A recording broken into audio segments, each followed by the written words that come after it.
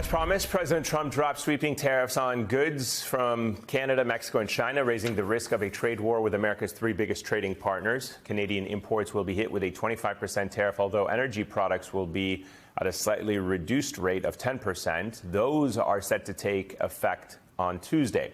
There will also be a 25% tariff on Mexican imports and 10% on Chinese imports, although it is unclear when those tariffs will start. Trump might be fighting with these countries, but who really is going to pay the price?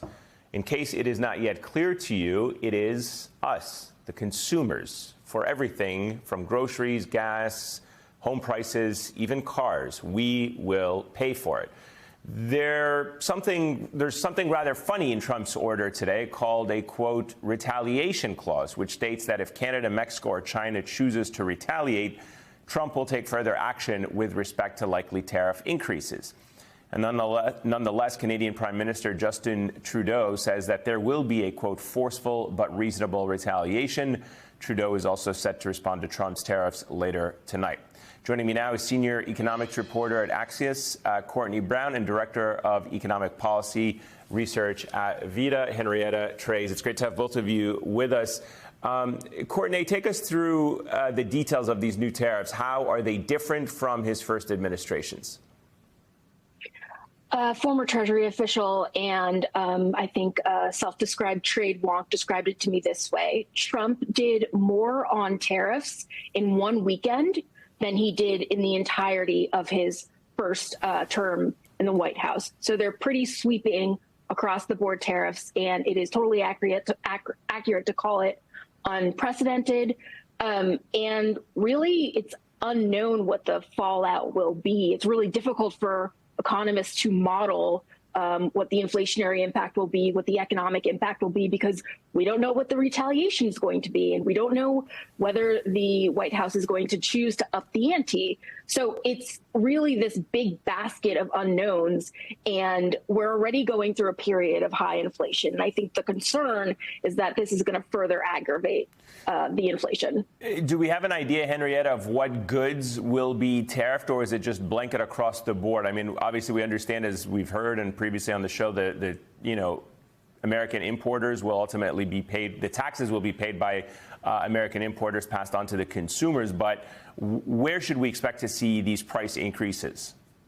It's going to pop up everywhere. I mean, to put some numbers behind it, we were talking about $350 billion worth of goods being tariffed when we put the China tariffs on in the first Trump term. This is now $1.4 trillion worth of imports. For the average family, this is about $1,500 per person.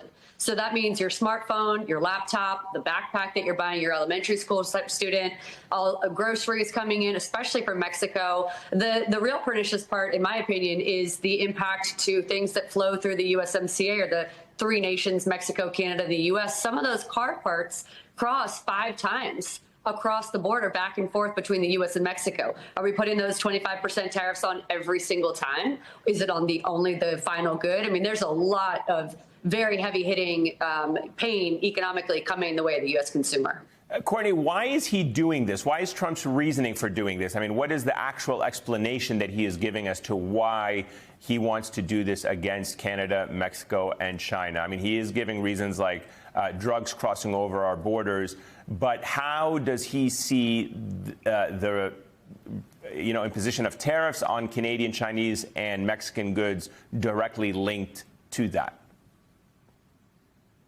Well, to be frank, they're not directly linked to that. But I think we've seen so far in the Trump administration him wield the essentially economic might of the United States against other nations. In the case of Colombia, it was a threat, and then Colombia obviously backed down and, seemingly complied with Trump's demands.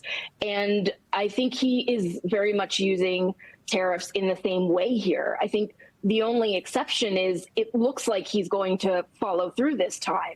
But I think there are some business groups, sending out statements and kind of sending texts, hoping that between now and Tuesday, when they go into effect, there can be some sort of deal. But here's the thing. He declared an economic crisis. And in the executive order, he said that when this crisis is solved, the tariffs will come off.